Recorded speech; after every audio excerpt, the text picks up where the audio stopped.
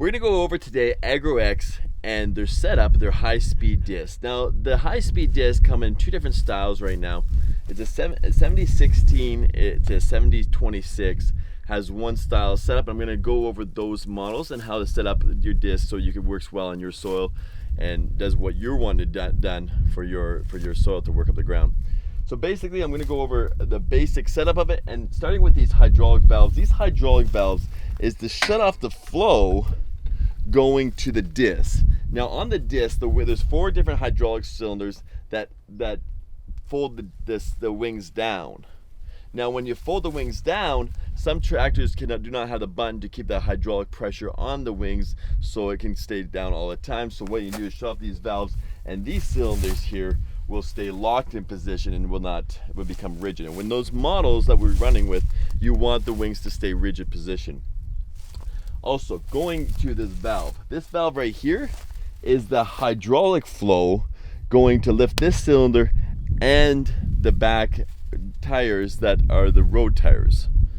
And what we're doing here is that you can change the volume of hydraulic flow going to those back tires, which is important because this disc in particular does not stay in the ground when you're turning corners. In other words, you got to lift it out of the ground when you turn the corners in the field and put it back in the ground. So if your hydraulic flow going to the back tires is too slow, you have to stop in the row to raise the disc up. Going from that, there's these spacers here. Now these spacers are important to also for setup because some tractors do not have the same hitch height. Okay, and hitch height, if it changes a lot, it will change also the disc and how it works. And so changing the hitch height is important. And how do you figure that out? To be honest, you probably want to work here with something like a level. What you want to do is put this cylinder all the way in on level ground and set the thing down. And when you set it down, this frame should be level from front to back. All right, so front to back, the frame should be level.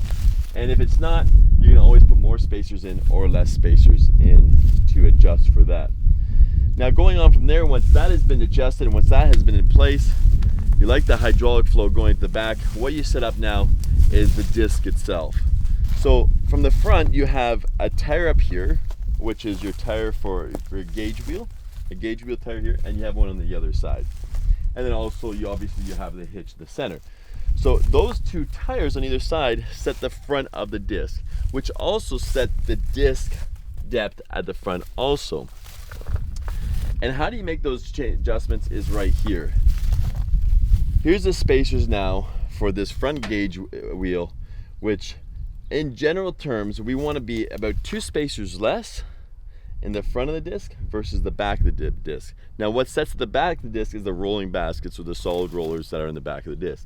So right now we're running with 3 at the front, 5 in the back. That's a deep setting. If you want to go in a shallow setting, I'm thinking about this about 5-6 inches right now.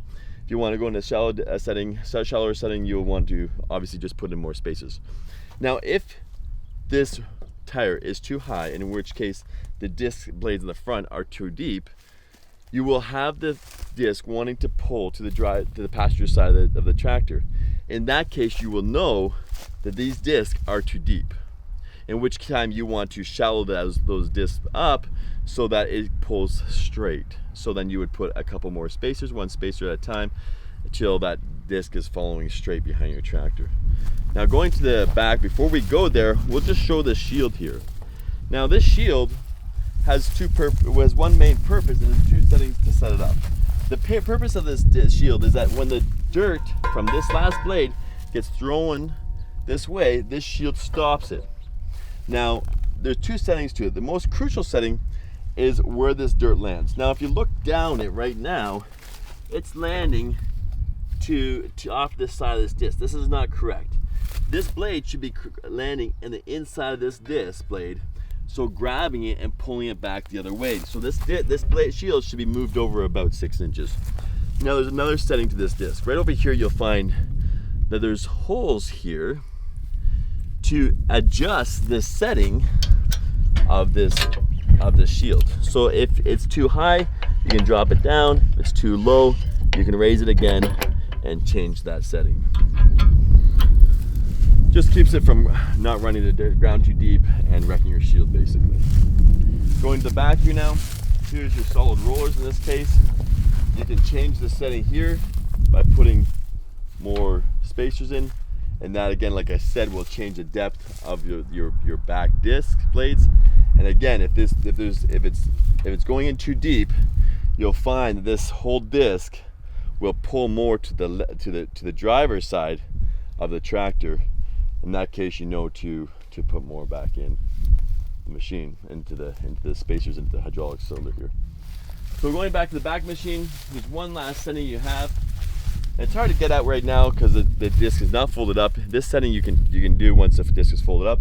And basically, there's 2 more hydraulic valves on the back here that you can lock into place, and it locks the driving wheels from settling.